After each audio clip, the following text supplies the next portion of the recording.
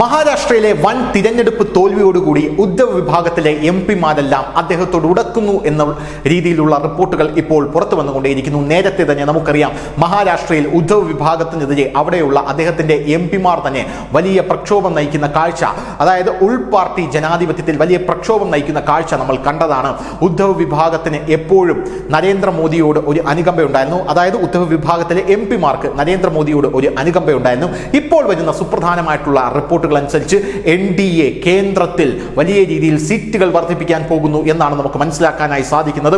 ഉദ്ധവ് വിഭാഗത്തിലെ ചില എംപിമാരെല്ലാം BJP-യിലേക്ക് ചാടാൻ പോവുകയാണ്, അല്ലെങ്കിൽ നരേന്ദ്രമോദിയുമായി കൂടിക്കാഴ്ച നടത്താൻ തിങ്കളാഴ്ച പോവുകയാണ് എന്ന റിപ്പോർട്ടുകളാണ് ഇപ്പോൾ പുറത്തു വന്നിരിക്കുന്നത്.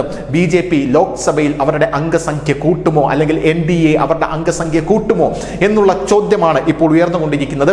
പോരാത്തതിന് NCP അടക്കം, അതായത് ശരത് പവാറിന്റെ പാർട്ടി അടക്കം മഹാരാഷ്ട്ര നിയമസഭാ തെരഞ്ഞെടുപ്പിൽ വലിയ രീതിയിൽ BJP-ക്ക് മുമ്പിൽ പൊളിഞ്ഞടുങ്ങുന്ന കാഴ്ചയാണ് നമുക്ക് കാണാനായി സാധിക്കുന്നത്. അതേസമയം BJP-യിലേക്ക് വന്ന അജിത് പവാറിന്റെ NCP വിഭാഗം, അജിത് പവാറിന്റെ പാർട്ടി വലിയ നേട്ടങ്ങൾ കൊയ്യുന്ന കാഴ്ചയും നമുക്ക് കാണാനായിട്ട് സാധിച്ചിട്ടുണ്ട്.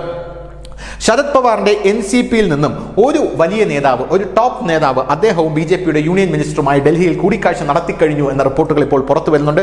NCP-യുടെ MP നിലേഷ് ലാങ്കയും NCP-യുടെ MLA രോഹിത് പവാറും അവർ പറയുന്നത് അവർ BJP-യുമായി ഒരു നല്ല ടൈപ്പിൽ എത്തും, ഞങ്ങൾ BJP-യുമായി പോകാൻ ആഗ്രഹിക്കുന്നു എന്ന് പറയുന്നില്ലെങ്കിൽ പോലും നല്ലൊരു ടൈപ്പിൽ എത്തും എന്നാണ് അവർ പറഞ്ഞുകൊണ്ടിരിക്കുന്നത്. ഉദ്ധവ് താക്കറെയെ സംബന്ധിച്ച് നോക്കുകയാണെങ്കിൽ വേറൊരു വഴിയുമില്ലാതെ നട്ടം തിരിഞ്ഞുകൊണ്ടിരിക്കുകയാണ് ഉദ്ധവ് താക്കറെ. മഹാരാഷ്ട്രയിലെ നിയമസഭാ തെരഞ്ഞെടുപ്പിൽ വെറും 20 സീറ്റുകൾ മാത്രമാണ് ഉദ്ധവ് താക്കറേക്ക് കിട്ടിയത്.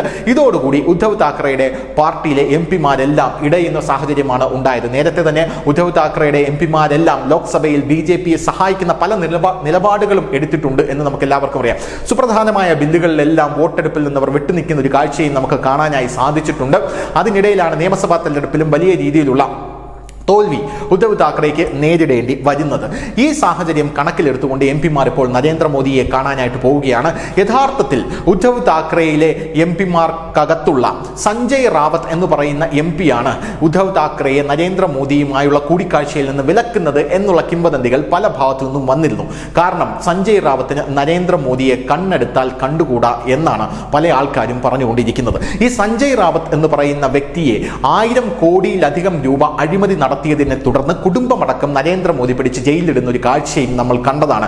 അതിൻ്റെ ഒരു പകയും അദ്ദേഹത്തിന് നരേന്ദ്രമോദിയോടുണ്ട് എന്നുള്ള ഒരു സംസാരവും അണിയറയിൽ നടക്കുന്നുണ്ട്. അതുകൊണ്ടാണ് ഉദ്ധവ് താക്കറേക്കും നരേന്ദ്രമോദിക്കും ഇടയിൽ നിന്ന് സഞ്ജയ് റാവത്ത് കളിക്കുന്നത് എന്നുള്ള പല രീതിയിലുള്ള അഭ്യൂഹങ്ങളും നടക്കുന്നുണ്ട്. എന്ത് തന്നെയായിരുന്നാലും തിങ്കളാഴ്ച NDA-യിൽ വലിയ രീതിയിൽ ലോക്സഭാ സീറ്റ് വർദ്ധിക്കുമോ, ഉദ്ധവ് താക്കറെയുടെ വിഭാഗത്തിലുള്ള ലോക്സഭാ MP-മാരെല്ലാം BJP-യിലേക്ക് വരുമോ എന്നുള്ളത് കണ്ടു തന്നെ അറിയണം. News desk news India Malayalam.